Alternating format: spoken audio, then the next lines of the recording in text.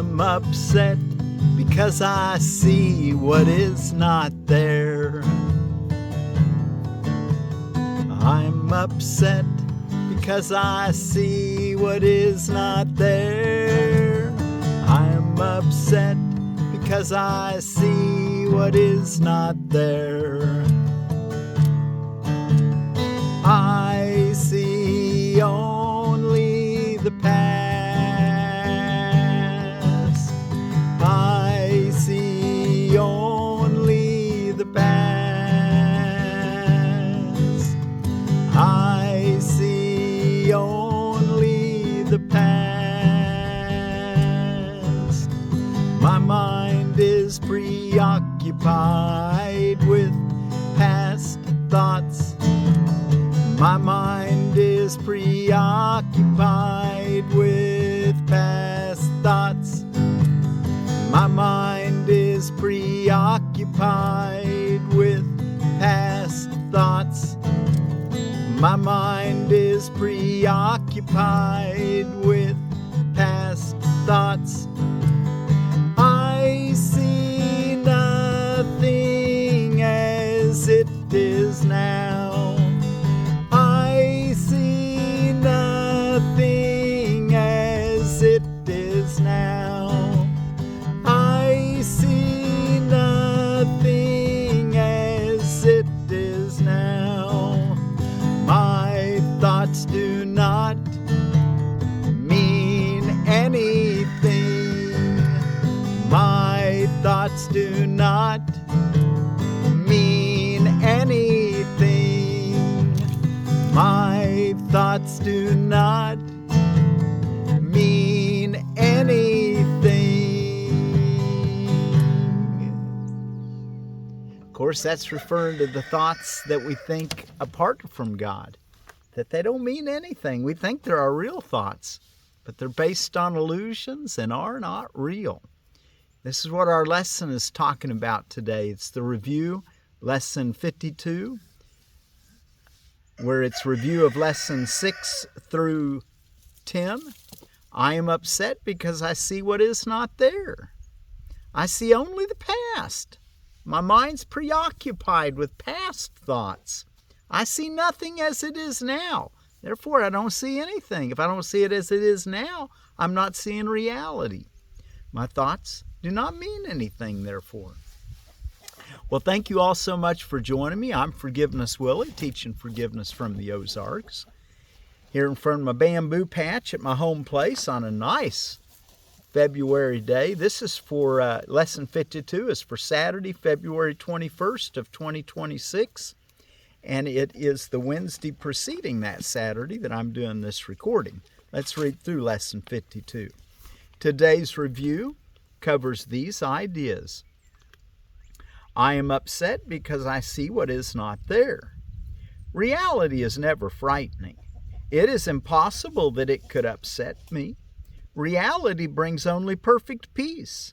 When I am upset, it is always because I have replaced reality with illusions I made up. The illusions are upsetting because I have given them reality, and thus regard reality as an illusion. Nothing in God's creation is affected in any way by this confusion of mine. I'm always upset by nothing. I am upset because I see what is not there. Review of lesson 7, I see only the past. As I look about, I condemn the world I look upon. I call this seeing. I hold the past against everyone and everything, making them my enemies. When I have forgiven myself and remembered who I am, I will bless everyone and everything I see. There will be no past and therefore no enemies. And I will look with love on all that I failed to see before. I see only the past. Lesson 8 review. My mind is preoccupied with past thoughts. I see only my own thoughts, and my mind is preoccupied with the past. What then can I see as it is? Let me remember that I look on the past to prevent the present from dawning on my mind.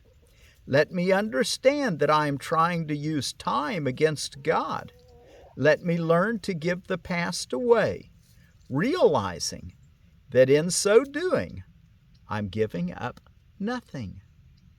My mind is preoccupied with past thoughts. I see nothing as it is now.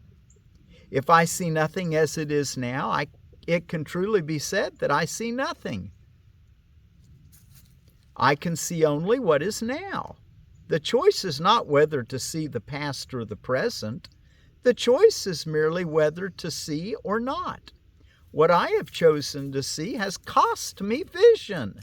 Now I would choose again that I may see.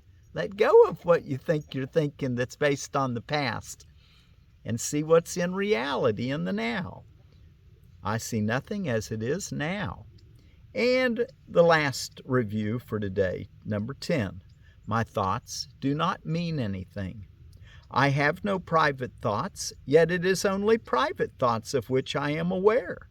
What can these thoughts mean? They do not exist, and so they mean nothing. Yet my mind is part of creation and part of its creator. Would I not rather join the thinking of the universe than to obscure all that is really mine with my pitiful and meaningless private thoughts? The private thoughts, the thoughts that you think only you're thinking. There's another set of thoughts that the whole universe thinks with you. Well, we've got to enjoy that. We've got to want to be that open and honest about what we're thinking in order to access that realm. So one more time. I am upset because I see what is not there, for I see only the past, because my mind is preoccupied with past thoughts. Therefore I see nothing as it is now. Those thoughts do not mean anything. My thoughts do not mean anything. Okay, let's go take a look in our text reading. And we're ready for chapter 6, the lessons of love, Roman numeral 4, the only answer. Remember that the Holy Spirit is the answer, not the question. The ego always speaks first. The ego always speaks first. It is capricious and does not mean its maker well. Capricious, given to sudden and unaccountable changes of mood or behavior, is capricious.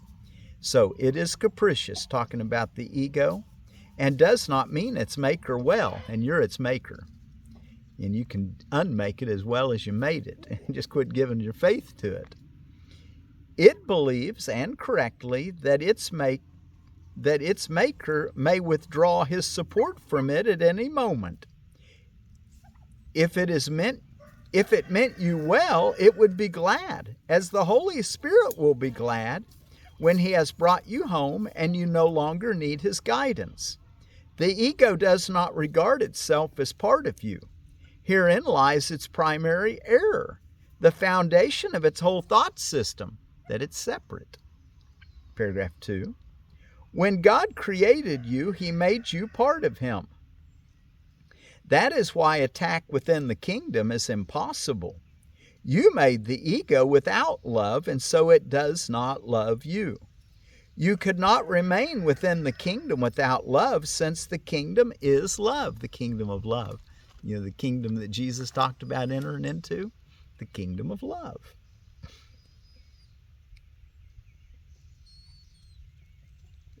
So you could not remain within the kingdom without love, and since the kingdom is love, you believe that you are without it, outside of it. This enables the ego to regard itself as separate and outside its maker, thus speaking for the part of your mind that believes you are separate and outside the mind of God.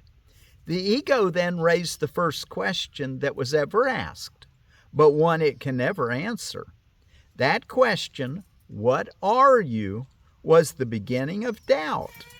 The ego has never answered any question since, although it has raised a great many. The most inventive activities of the ego have never done more than obscure the question, what are you? Because you have the answer, And the ego is afraid of you. It doesn't want you to find that answer, does it? It'd be the end of its life, which its life's an illusion anyway. You just don't believe it yet. You cannot understand the conflict until you fully understand the basic fact that the ego cannot know anything. The Holy Spirit does not speak first, but He always answers. Everyone has called upon the Holy Spirit for help at one time or another, and in one way or another, and has been answered. Since the Holy Spirit answers truly, He answers for all time, which means that everyone has the answer now. Paragraph 4. The ego cannot hear the Holy Spirit, but it does believe that part of the mind that made it is against it. It interprets this as justification for attacking its maker. It believes that the best defense is attack and wants you to believe it. Unless you do believe it, you will not side with it. And the ego feels badly in need of allies, though not of brothers. Perceiving something alien to itself in your mind, the ego turns to the body as its ally, because the body is not part of you. This makes the body the ego's friend. It is an alliance, frankly, based on separation. If you side with this alliance, you will be afraid, because you're siding with an alliance of fear. 5. The ego uses the body to conspire against your mind, and because the ego realizes that its enemy can end them both merely by recognizing they are not part of you, they join in the attack together. This is perhaps the strangest perception of all, if you consider what it really involves. The ego, which is not real, attempts to persuade the mind, which is real, that the mind is the ego's learning device, and further that the body is more real than the mind is. No one in his right mind could possibly believe this, and no one in his right mind does believe it. Paragraph 6. Hear then the one answer of the Holy Spirit to all the questions the ego raises. You are a child of God, a priceless part of His kingdom, which He created as part of Him. Nothing else exists, and only this is real. You have chosen a sleep in which you have had bad dreams, but the sleep is not real, and God calls you to awake. There will be nothing left of your dream when you hear Him, because you will awaken. Your dreams contain many of the ego's symbols, and they have confused you. But that was only because you were asleep and did not know. When you awake, you will see the truth around you and in you, and you will no longer believe in dreams because they will have no reality for you. Yet the kingdom and all that you have created there will have great reality for you, because they are beautiful and true. 7. In the kingdom, where you are and what you are is perfectly certain. There is no doubt, because the first question was never asked. Who am I? Because you know who you are. Having finally been wholly answered, it has never been. Having finally been wholly answered, it has never been. Being alone lives in the kingdom, where everything lives in God without question. The time spent on questioning in the dream has given way to creation and to its eternity. You are as certain as God because you are as true as He is. But what was once certain in your mind has become only the ability for certainty. 8. The introduction of abilities into being was the beginning of uncertainty, because abilities are potentials, not accomplishments. Your abilities are useless in the presence of God's accomplishments, and also of your accomplishments. Accomplishments are results, that have been achieved. When they are perfect, abilities are meaningless. It is curious that the perfect must now be perfected. In fact, it is impossible. Remember, however, that when you put yourself in an impossible situation, you believe that the impossible is possible. 9. Abilities must be developed before you can use them. This is not true of anything that God created, but it is the kindest solution possible for what you made. In an impossible situation, you can develop your abilities to the point where they can get you out of it. You have a guide to how to develop them, but you have no commander except yourself. This leaves you in charge of the kingdom, with both a guide to find it and the means to keep it. You have a model to follow who will strengthen your command and never detract from it in any way. You have a model to follow who will strengthen your command and never detract from it in any way. You therefore retain the central place in your imagined enslavement, which in itself demonstrates that you are not enslaved. Imagined enslavement. But don't underestimate the power of your belief in that enslavement. You've given faith to an illusion, the illusion of a separate self that you call yourself. Paragraph 10. You are in an impossible situation only because you think it is possible to be in one. You would be in an impossible situation if God showed you your perfection and proved to you that you were wrong. This would demonstrate that the perfect are inadequate to bring themselves to the awareness of their perfection and thus side with the belief that those who have everything need help and are therefore helpless. This is the kind of, in quotes, reasoning in which the ego engages. It's not real reasoning. God, who knows that His creations are perfect, does not affront them. This would be as impossible as the ego's notion that it has affronted Him. Okay, so what we want to do from that, I learned from that we don't want to emphasize when our brothers are doing wrong, because God doesn't do that. He just realizes that we're making a mistake and believe in something that is not real, but there's a reality in us that He identifies with and speaks for that'll eventually overcome the illusion. Paragraph 11. That is why the Holy Spirit never commands. To command is to assume inequality, which the Holy Spirit demonstrates does not exist.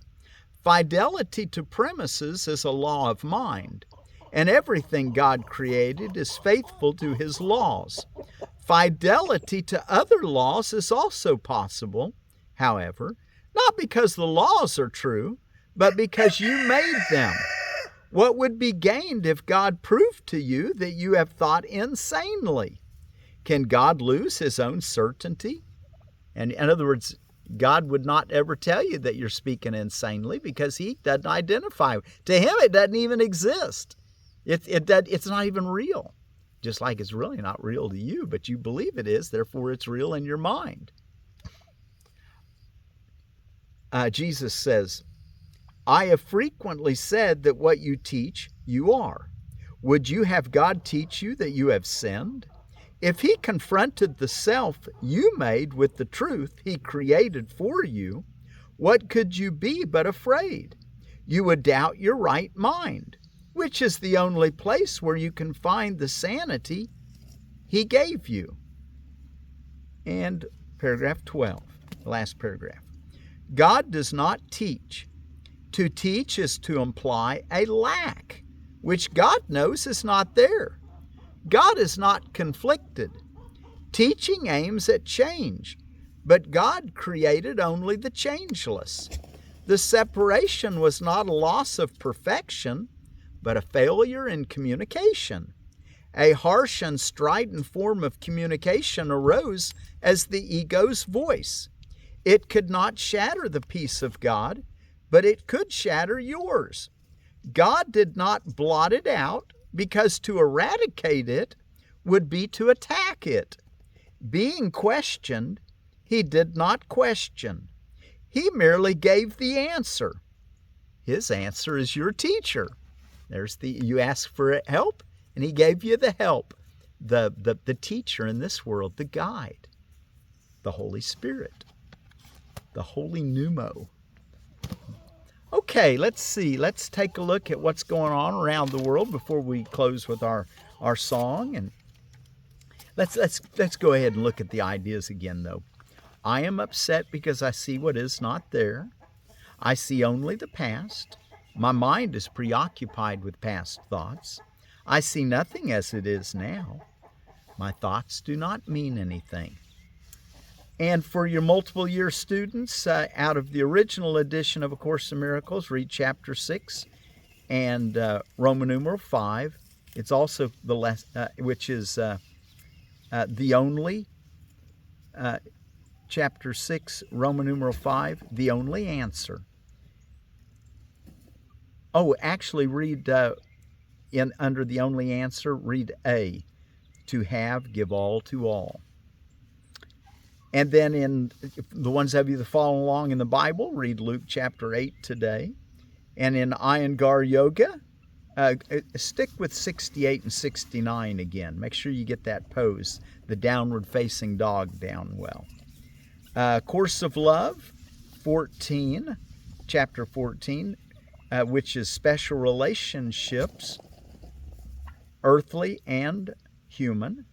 With chapter 14, 1 through 10. Read those paragraphs. And then let's see, what's going on around the world today? Ramadan and Lent and Lunar New Year celebration continue. Feast of St. Peter Damian, which is a Catholic celebration, 11th century doctor is what I remember reading.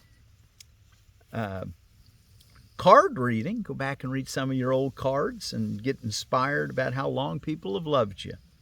International Mother Language Day, and that's a UN celebration, and I like to think of Sanskrit. If you'd wanted to learn a language or at least some words, there's so many concepts in Sanskrit that aren't in English that you would do well just to expand your understanding of life. There's so words, and it's a vibratory language, so that the vibration is said to actually contain the idea and the word. Grain, that's Sanskrit. Many European, Indo-European languages are based on Sanskrit. Grain-free day, Sticky Bun Day. That wouldn't be a grain-free though day, would it? World Pangolin Day. There's 8 species of pangolins in Asia and Africa, and they're endangered. World Whale Day, and there's approximately 45 genera and about 90 species. And Yukon Heritage Day out of Canada. Oh, and out of the herb book, I was going to talk to you about this yesterday, but let's talk about it today. John Lust, out of the herb book, talked about peppermint, the Mentha peperita, and he talks in there about how the whole plant has the smell of menthol. That's where we get menthols, from the genera Mentha.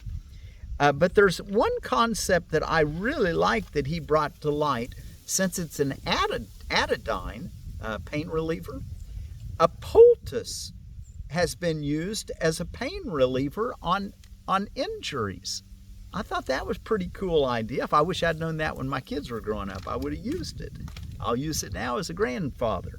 I'll say, let's get some peppermint poultice and put on that wound there, grandson or granddaughter. Okay, probably be helpful. I don't know how it would help with burns, but it might. It'd be some experimenting to do, huh? And then out of edible landscaping, we've got the Juliet Red Bush Cherry. The Juliet Red Bush Cherry, which is a prunus cross with, it's also a cross with fruticosa, the dwarf ground cherry, and the Cerasus, the sour cherry. And it says of the Juliet Red Bush Cherry, is dwarf. The height is 6.5 feet with about the same width. The dark red fruit ripens in mid-August in the north and July in Virginia. Self-fertile with showy blooms and shiny leaves. Best for fresh eating off the bush with excellent flavor. And it's zones 3 through 7, and it's self-fertile. So that's kind of nice. Okay, and let's see. Bassa is from our Bassa people of Cameroon. The word is that pronounced son? S-A-N? Let's go with son. I meant to look that up and see if I can get the exact pronunciation. Okay. Okay, be sure to do your 2-minute practice periods today, where you think about, I'm upset because I see what is not there. I am upset because I see what is not there.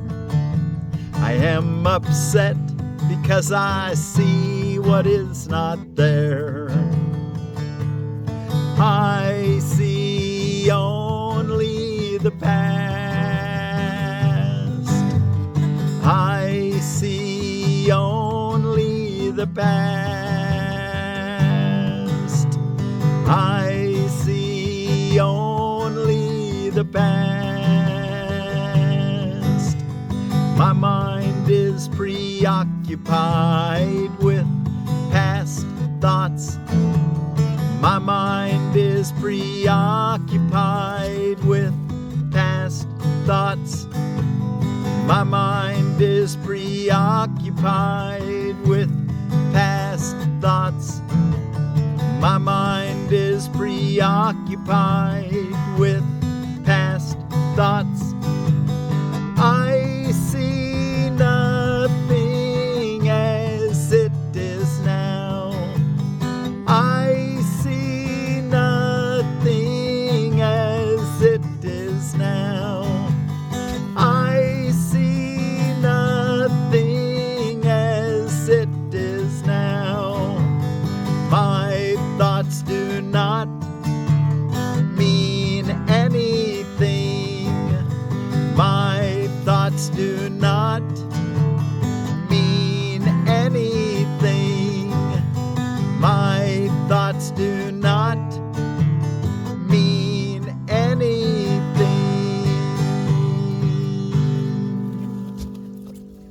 My thoughts do not mean anything.